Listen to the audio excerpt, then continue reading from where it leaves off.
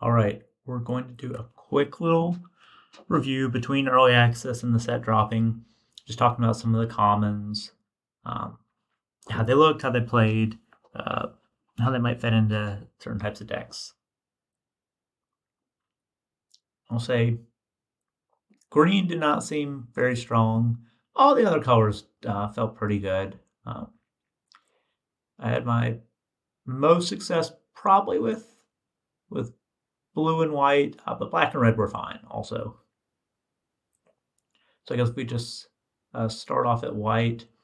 I'll say probably the two cards that felt strongest to me, and these other two, Tinker's Tote and Guidewing, are pretty close, but the Cloud Guard flying brings along a 1/1 that's an artifact also. You can use it for crafting, use it for blocking if you need to.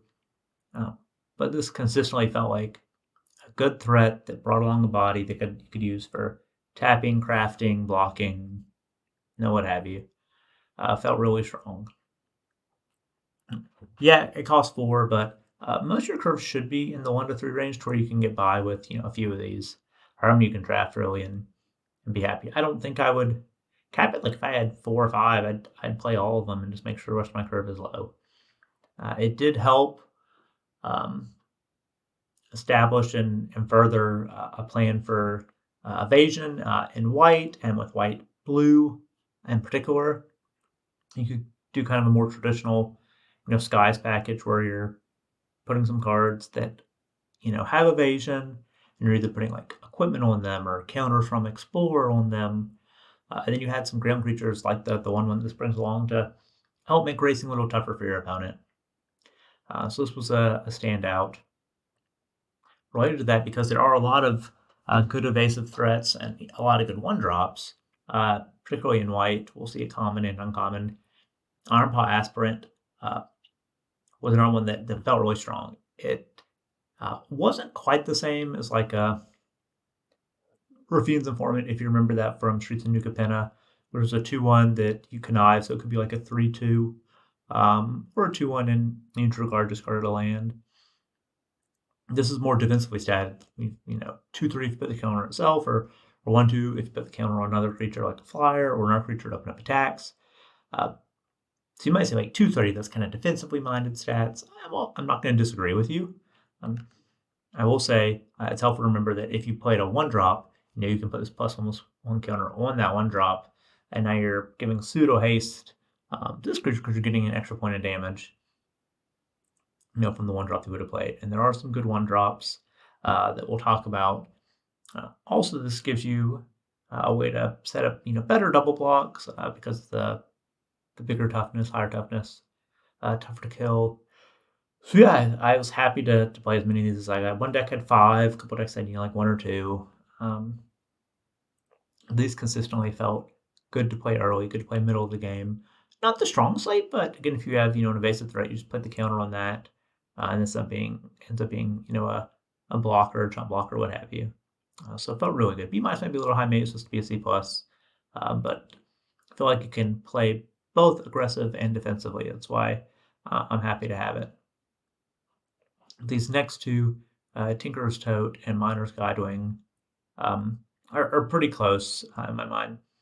I put the Tote over the Guidewing, even though evasion is really important, I feel like, because this is just 3 pieces of cardboard for 3 mana. Well, one of it's white, so it's pretty consistently easy to cast on turn 3 if you want to cast it then.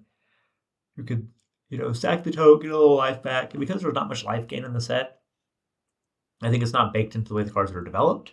It's not like where we saw food tokens in Vaults of Eldraine, for example, and we should accept opponents maybe at an artificially higher life title because of that.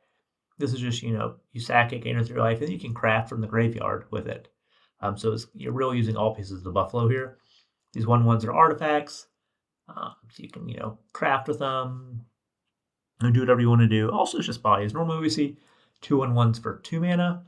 Sometimes, at instant speed, flash. And that plays pretty well. So you get another piece of cardboard for 1 extra mana, and that's like a useful enough piece of cardboard.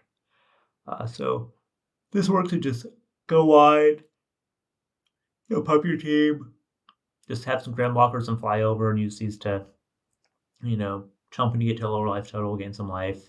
Craft with it, tap it if you're pairing with red, which we'll talk about. So just a really useful piece. Happy to have it. And all the color pairs. I'm not sure about white-green, but it felt good.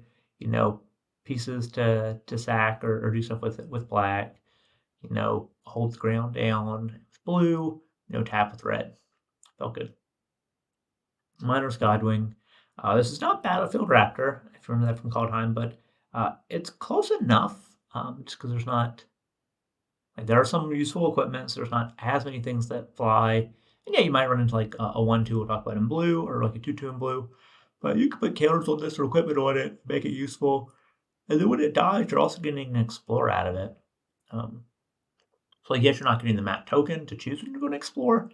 But if you have a low enough curve, yeah, they might deadweight this turn 1, and that doesn't feel great. But if they don't, then you're pecking in as soon as turn 2 potentially. And they have to eventually answer, especially if you put counter on it, equipment on it. When they do, you get something out of the deal with Explore. So these felt like the top 4 white commons, and more or less, probably these 2 and then these 2. That being on the deck, you can maybe get Tote up there or even Guidewing up there. Last 2 in the C+ range. Petrify, yeah, red has some tap and white has some tap. And you might be able to craft with blue or white or black, but for the most part, this is 2 mana.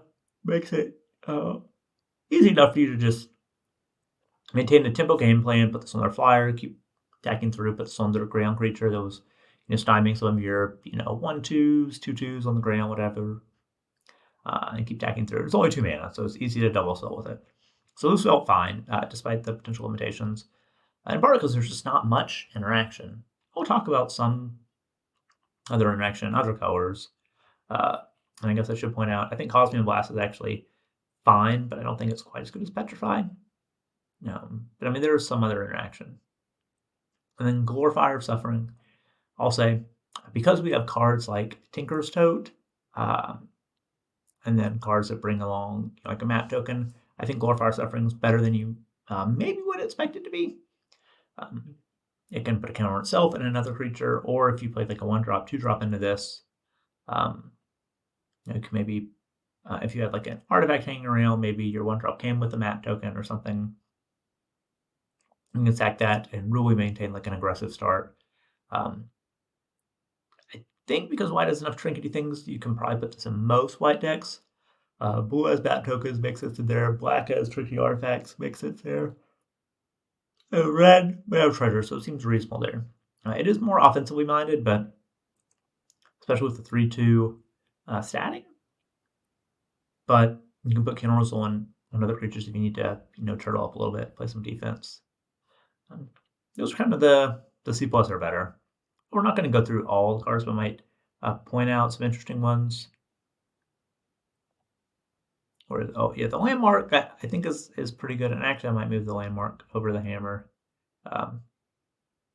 It helps you keep more hands. The scry is nice. You can craft it into a useful creature. Makes it tougher for your opponents to stall out the board when you can fly over it. So I think this is actually pretty useful. I do like the hammer because there's a good number of artifacts hanging around, and it's want to play 1 to equip, so you can get some better attacks, put it on fires, ground reach, or whatever. For blue, I think probably the top 2 blue commons, Waterwind Scout and River Herald Scout. So it kind of is a little rough that both of them have Scout in the name because you can't just abbreviate to Scout. But I think Waterwind Scout slightly ahead of River Herald Scout, even though it costs 1 more mana because it's you're patenting Windrake plus a piece of cardboard. So yeah, map token is not a 1-1, so I don't think it's going to be as good as Praying Champion. Your map token is not a 2-2 Decay, so I don't know if it's going to be quite as good as Falcon Abomination. But the map token is still pretty good. You can think of this as potentially a 3-3 for 4 with haste. So Phantom Monster with haste. If you're just getting a non-land with the map token and you're putting it on the Scout, or a 4 mana 2-2 draw card flyer, you're drawing land, but I don't know, but you also get to play it for 3, regardless of what it ends up kind of acting like.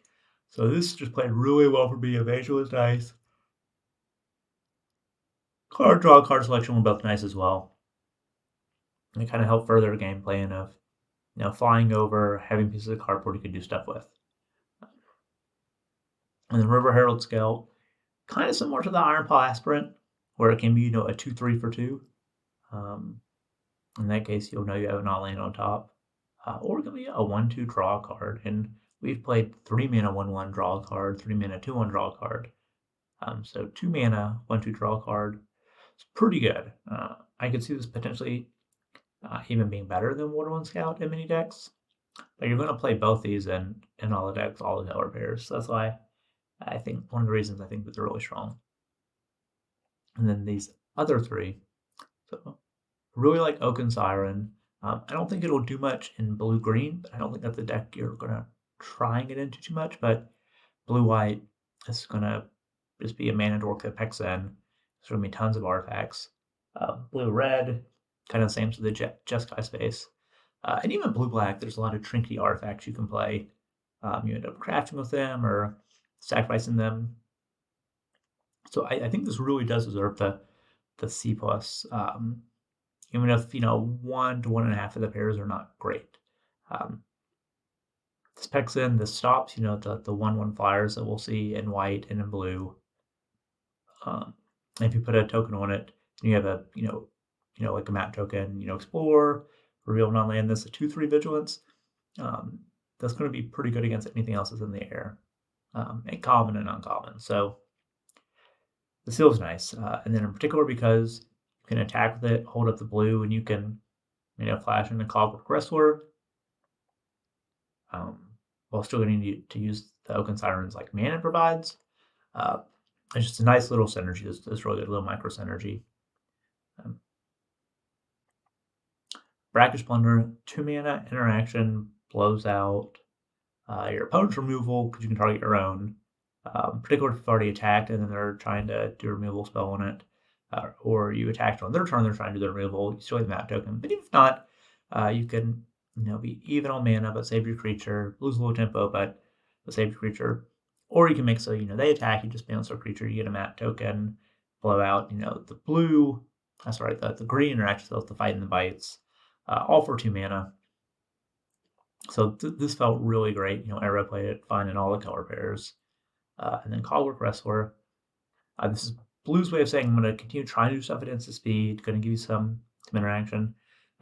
These cards, typically ones that had flying, like Nebelgast Intruder. There was some fairy that did this too recently. But the -2 so that brings along the body tends to play well. And in particular because many creatures are kind of smaller, they can get into combat in such a way that you can fit this one mana in somewhere and have really advantageous blocks or attacks. It's also nice that one of the okay black cards, when we look at a Deathcap Marionette, you can just turn off its ability. That's actually so you can get rid of it. And the same with Poison Dart Frog. They're trying to use that for defense. But yeah, you're happy to play this. It is in Jeskai colors. And then I think it's also fine in blue-black, so I think you'd play this anywhere. And then just quick mentions. Waylighting Pirates, if you have enough artifacts, this can turn into a very high tempo play. Play it, tap the creature, the mana was going to block your creatures, put a stun can roll, you open up attacks that turn and maybe next turn. Inverted Iceberg, a little on the slower end, so probably more like a blue-black, potentially a blue-red type of card. Probably not really blue-green, because we're going to probably use your mana for greens, bigger beefy creatures. Maybe blue-white for more controlling blue-white, but the blue-white decks that I saw did really well were a little more on the aggro tempo side. Yeah. So then we move to black. And I was kind of torn between Deadweight, Join the Dead, and Skullcap Snail. Is what I thought would be what I think is the best common.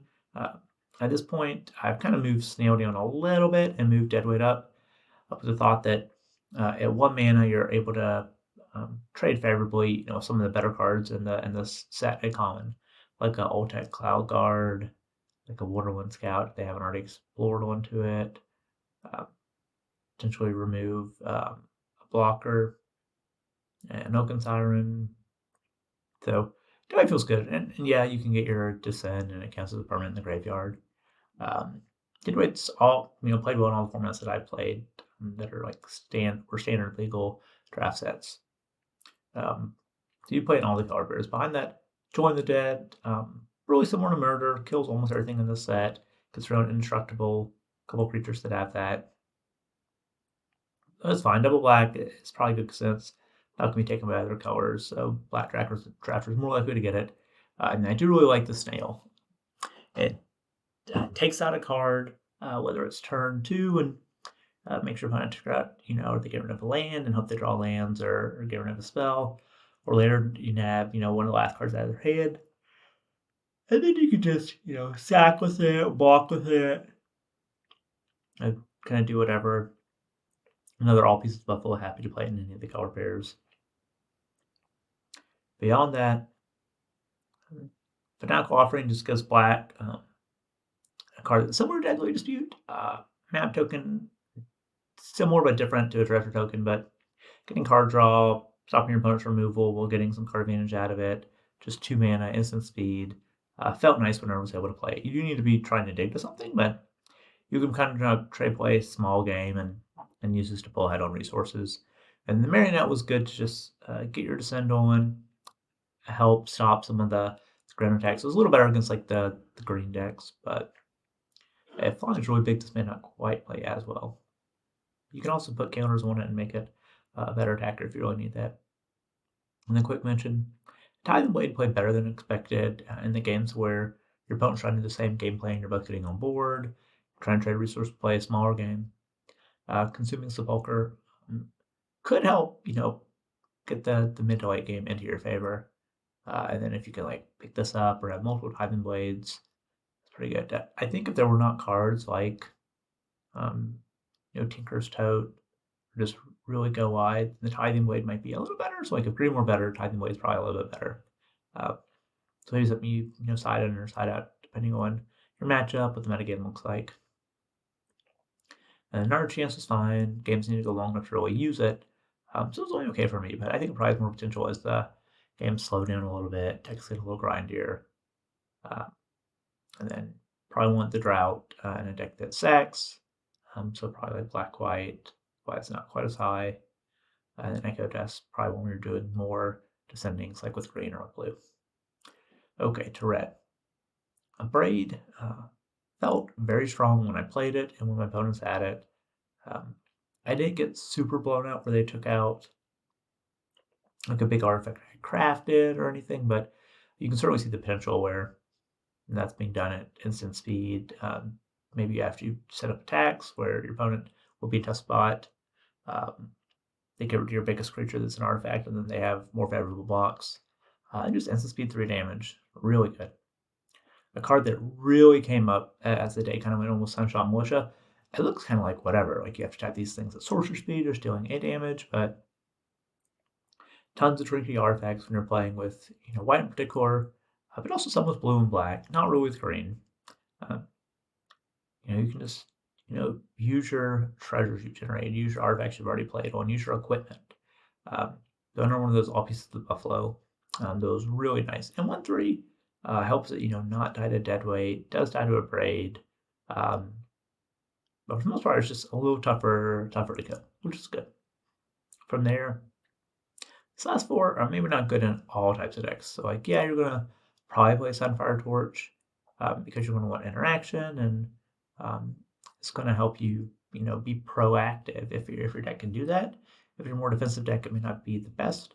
But if you have any evasion, if you have any creatures that have bigger butts where you can set this up, get in a good attack, sack it if you need to, it felt pretty good.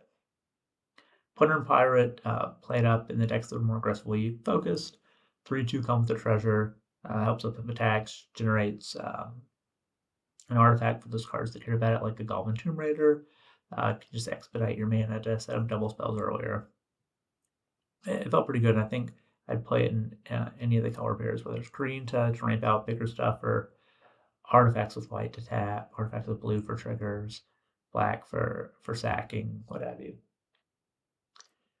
And then Etali's favor was fine, just have to make sure you don't get blown out. But because many of my decks, did have a lot of like 1, 2, and 3 drops, I wasn't necessarily hitting, a 3 drop consistently. It had lower curves, but on the times where you could do some, super silly, like put a Plundering Barbarian into play, for example, or even put in like a Goblin Tomb Raider if you have an artifact to have a 2/2 haste come in, felt pretty good.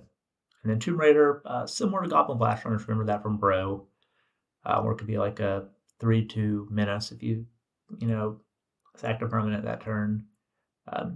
This oftentimes was a 2/2 haste for me, so like a Goblin Guide of sorts, which in the more aggro proactive leaning decks felt really good. Beyond that, wrong side was like necessary evil, and some decks root a little low in removal. Same with Idol the Deep King, but I didn't really like either of these too much. Ancestors Aid played pretty well when you're being proactive. And oftentimes it would just trade and generate a treasure, which is pretty good. And the Water Glyph was actually a nice 2-drop artifact that opened up, your Tomb Raider attacking for 2, artifact synergies, getting to do some rummaging. So it's not Scrapbook Mutt by any means, but where you do that on play and then when you play it again for Unearth, but it felt pretty good. Helped clean up some hands. And then green, in my estimation, at this point, Sag is coming out, early drafts, nothing felt like a C+ or better.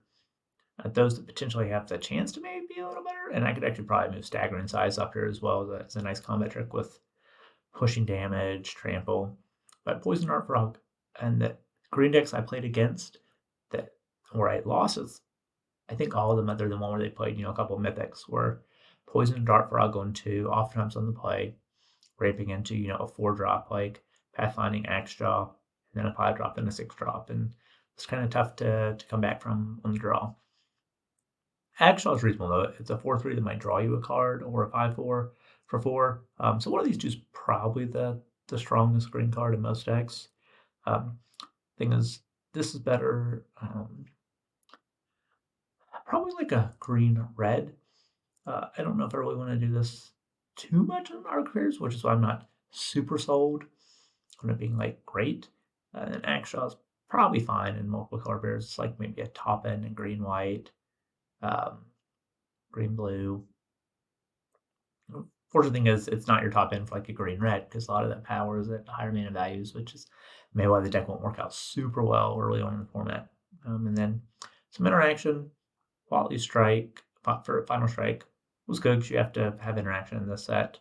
And then in the Presence of Ages, it's kind of a divination, which was nice. And if you're trying to play it instant speed with Strike, it's nice having our instant speed thing. I don't think Compstone makes it to a C in most decks, but in some decks this might be a C or even a C+ if you're trying to do weird splashy things, which some people will do, but I don't think that's where I'm going to start the format at. Or just make sure you hit your land drops, you hear about artifacts, blue-white, blue-red, things like that. And maybe Cartographer's Companion, if you really care about artifacts, can be useful. Maybe like a blue-red again, like a blue-white or red-white. So just got colors. So anyway, I hope this is helpful. I get you set up for comments to look at, beginning of the format. And feel free to reach out if you have any questions. Thanks. Have a good one.